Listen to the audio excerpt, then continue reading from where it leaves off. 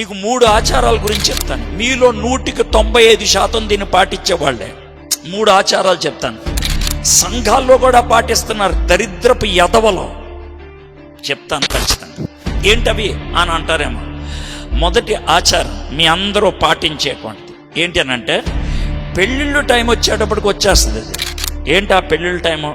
వాళ్ళు మనోళ్ళేనా అంటే ఏమన్నా గేదెకిచ్చి పెళ్లి చేస్తున్నావా, కుక్కకిచ్చి పెళ్లి చేస్తున్నావా, లేకపోతే గాడిదకిచ్చి పెళ్లి చేస్తున్నావా? మనిషిగా ఇచ్చి చేసేది.